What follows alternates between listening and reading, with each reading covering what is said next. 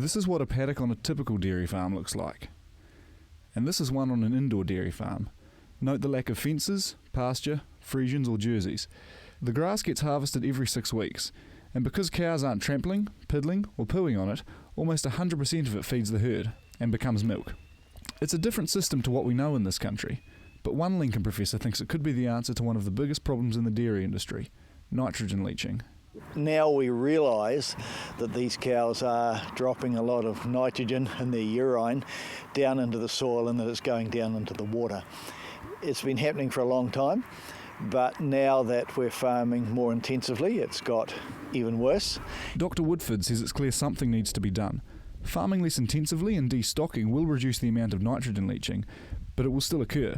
60% of one herd would still produce 60% of that herd's waste. He says in environmental terms, they only need to be off pasture for part of the year. The nitrogen only leaches down through the soil when the soil is waterlogged. So that tends to be in winter, but we also have to get the cows off in late autumn. Otherwise, the concentration of nitrogen is too high in the soil when the winter rains do come.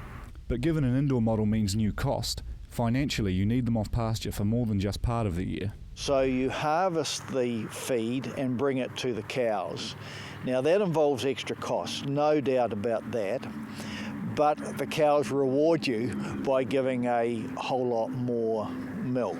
But don't take Dr. Woodford's word for it. I spoke to a farmer who's been on an indoor model for the last 2 years. He chose to remain anonymous, but says the system pays. On kgs of milk solids a cow per season, he more than doubles the Dairy NZ 2012-2013 average of 346. We weren't really 100% sure how we'd go. We were hoping for above 700, but in the first season they averaged 833, so we're really happy with that. He says the cows wouldn't perform that way if they weren't treated well. The temperature in the shed is like baby bear's porridge. Internationally, it's sort of recognised that the ideal temperature for a cow is between -5 and 15. So, and the -5, they've got to be dry, but they handle, the cold really well, but not chill factor or, being wet and cold. He says above 24 degrees, cows are vulnerable to heat stress. This shed provides shade, and in hot weather, fans can cool it. These cows have 3 milkings a day, but none of those involve walking to and from a shed, so there's little to no lameness. The milking herd stays inside 24/7. So what would be the hassle to let them out in the paddock for, say, a few hours a day or maybe a week or something like that? Does it just make your system simpler if you don't do that? Yes, definitely. It would be no advantage. You'd lose production and you'd lose milkings, so the cows are far better off, in the same environment all the time and chopping and changing. Yeah. As for the effluent and in turn the nitrogen, the waste from the cows, well, it doesn't go to waste. These scrapers push the effluent into a drain, which goes into this pond. Then it's dispensed when it won't leach, which means they don't use any nitrogen fertiliser. He says it's his business, and it's no skin off his nose whether other people adopt the model or not. For him, it was a financial choice. We've seen what the sort of cows we're breeding are capable of because they're in these systems, overseas, North America and Europe, these systems are the norm.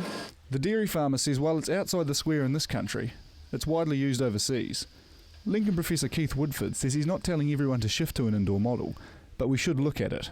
We've got to do the sums, we've got to do the experiments, we've got to watch closely what some leading farmers are already doing with case studies and work out how best to do it.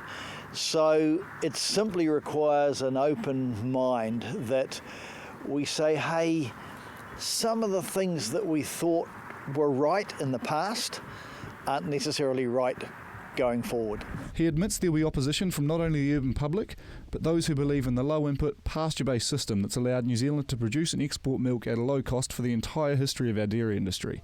Dr. Woodford says the cost of setting up a shed just for wintering a herd is $2,000 a cow. Patrick Phelps, CTV News.